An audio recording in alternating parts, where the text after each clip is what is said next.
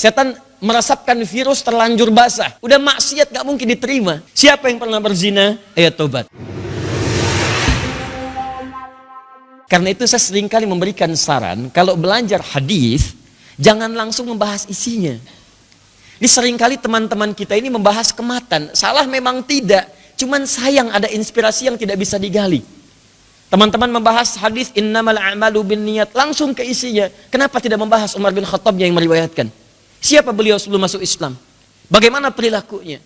Dan bagaimana transformasi kehidupannya pasca masuk Islam? Dan dilihat mesti ada perubahan. Orang yang keras, jauh dari kebaikan, buruk perilakunya, masuk Islam berubah baik. Nah ini antum yang masuk Islam, sudah puluhan tahun Islam, sudah baik apa belum? Jadi kalau orang tadinya buruk masuk Islam jadi baik, berarti parameter keislaman itu harus berubah, seseorang lebih baik daripada sebelumnya. Pandangan lebih baik lagi, lisan lebih baik lagi, ya sampai dengan ke ujung kaki. Jadi kalau ada orang merasa masuk Islam tapi belum memperbaiki keadaan dirinya, pasti ada yang belum sempurna dengan keislamannya. Ya, wa may yakhruj min baitihi muhajiran ila Allah wa rasul, thumma yudrikuhul maut faqad waqa'a ajruhu 'ala Allah.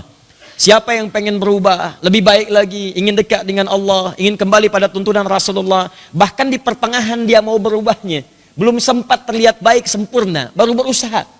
Lalu ajal menjemputnya, wafat dia. Kata Allah, saya terima taubatnya, saya tetapkan surga untuknya. Faqad waqa'a ajruhu 'ala Allah. Itu tawaran dari Allah. Perniagaan yang sangat luar biasa. Kalau ada orang yang pernah membegal misalnya, sudah ada contoh. Ada Jundub bin Junadah bahkan. Ya, yang kemudian memilih bertaubat.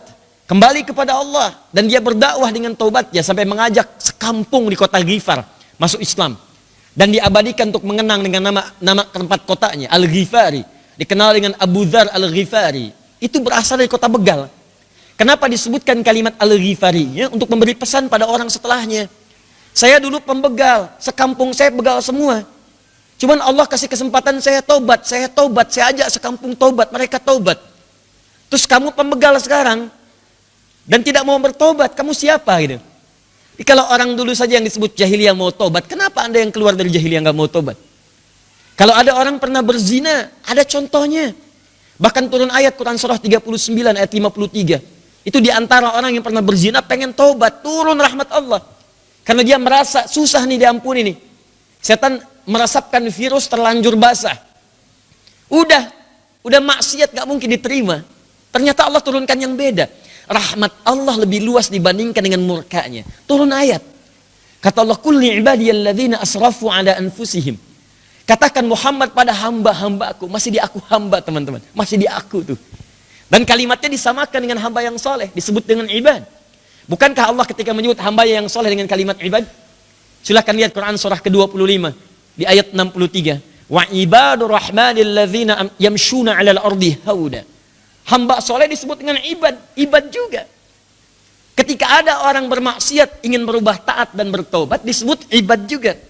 Makanya saya sering ungkapkan kalimat Allah sangat mencintai pelaku maksiat yang mau tobat dibandingkan orang soleh yang tidak pernah merasa salah. Itu kalimat indah gitu. Dan itu kalimat cintanya turun di akhir ayat 222 Quran surah kedua ayat 222.